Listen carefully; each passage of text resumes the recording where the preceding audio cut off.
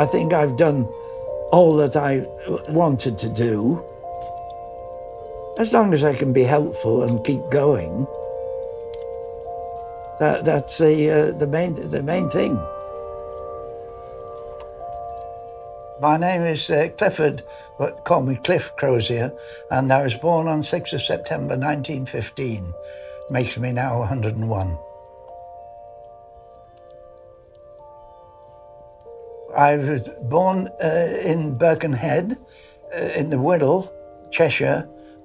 Apart from the war and the time I was at college, I've been all there all my life. I've been retired now for 38 years. It always pleases me, though, that they keep robbing the government, really, of my pension. It's just that you keep going.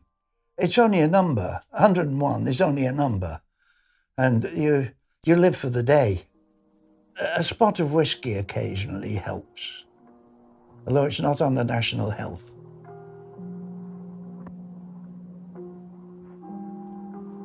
I have so many fond memories.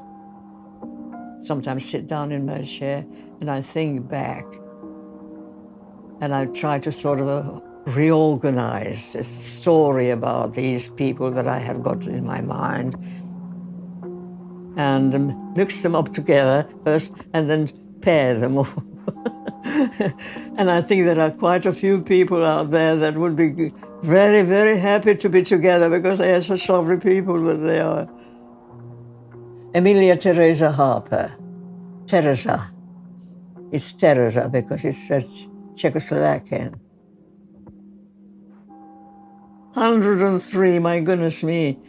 3 is my lucky number. I have always been lucky. I've never been unlucky, touch wood. Oh, there's wood underneath there. I was in Czechoslovakia when I was a young girl, and I was living with my grandparents because my father was a prisoner of war. We came over to England to be with our father when he was released from the war. Everything makes me happy. I love talking to people. I like doing things. I like going out shopping. Once I go out shopping, I don't want to come back. I don't think there is anything that I really need to do because I've done practically everything that I ever wanted to do in the past. I've got beautiful memories, you know. I can live happily forever after because of my lovely memories.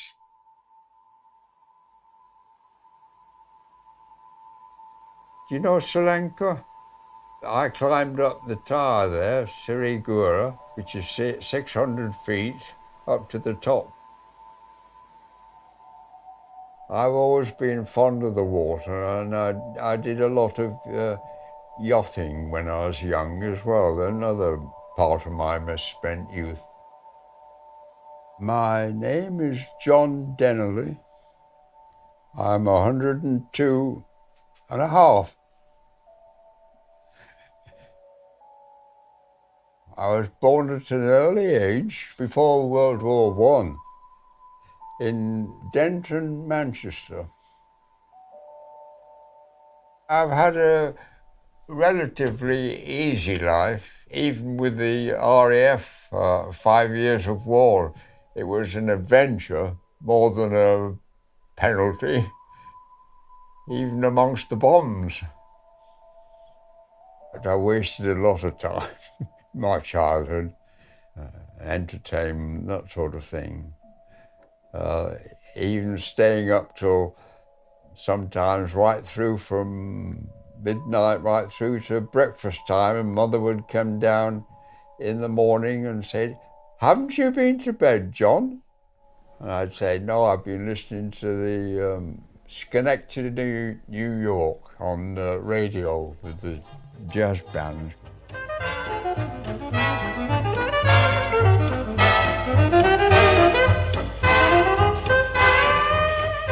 I enjoyed it.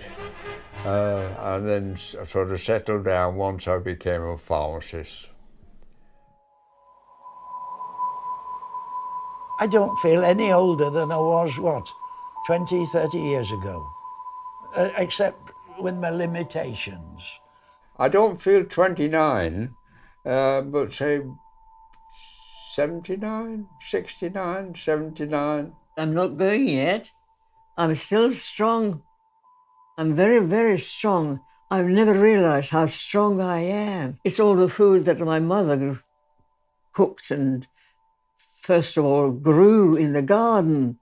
I make my own bread by hand. I'll probably be making some today. That's my online. Tesco's coming tomorrow. We always had fresh food when we were youngsters. Always.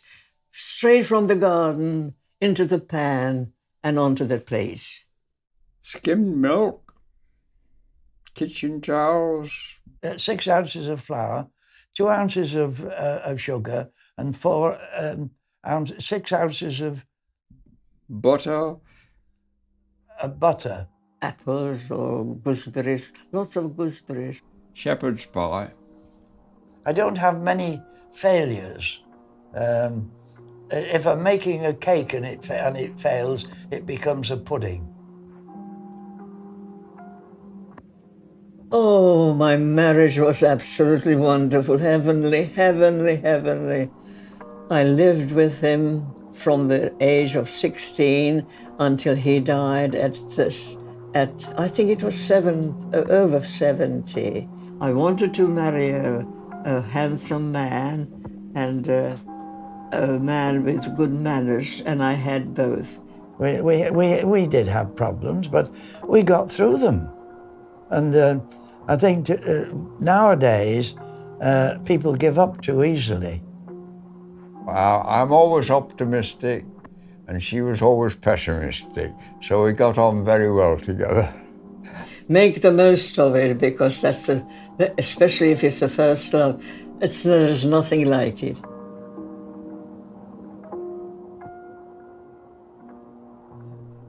When I had my first children, I had twins, but unfortunately I lost the twins, and that was the most tragic moment in my life.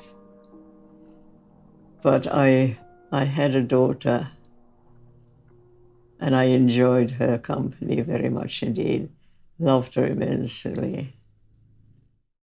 When I lost my first baby, it was one of the twins went, I was devastated. Eventually, of course, you get used to it because life goes on regardless. You get healed, and what you never forget. So, it's really wonderful to have something left behind, even if they are no longer here. They're there, they're in your mind, they're in your air, all around you. It's really a wonderful, wonderful feeling. I think a lot of my children, even today, after all these years. I can still sit here and I can talk to them and as if they were still alive. When people pass this way, they hear me talking to myself. They think I'm crackers. But I'm not crackers. I'm only just thinking about my children.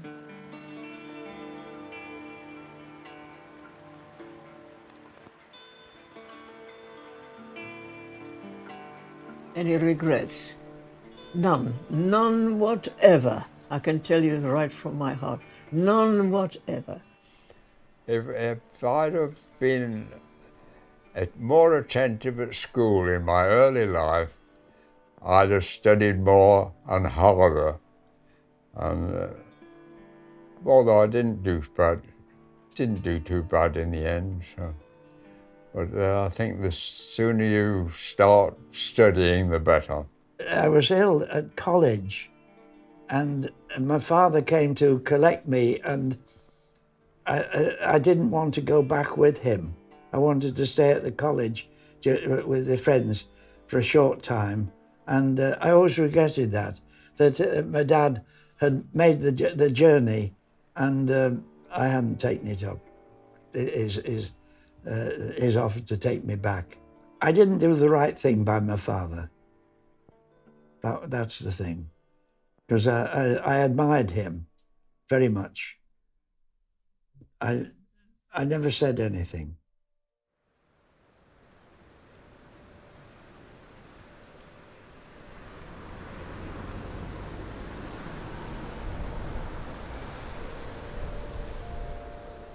You've got to keep up with the times. So what was good in sort of 80, 90 years ago doesn't work these days. Communicate, speak with your parents, and take their advice too, or at least consider it. You don't always have to follow it, but certainly don't throw it out of the window. I recommend anybody, if they find the right husband, to marry. Not just live together, marry. Be closer and closer. It seems to me as if you are happy, happily married and happily living, that is the finest remedy for all ills, because everything is in perfect harmony.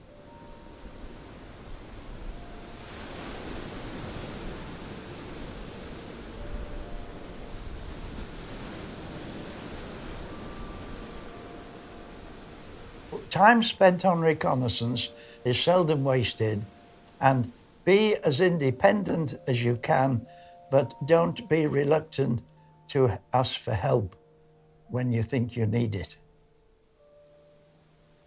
Good idea is to behave well to other people, show them respect, and help them as much as you possibly can, and it will be repaid hundredfolds.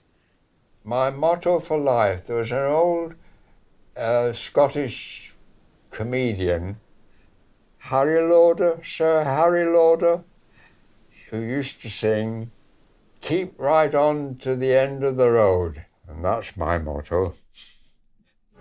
Keep right on till the end of the road. Keep right on to the end.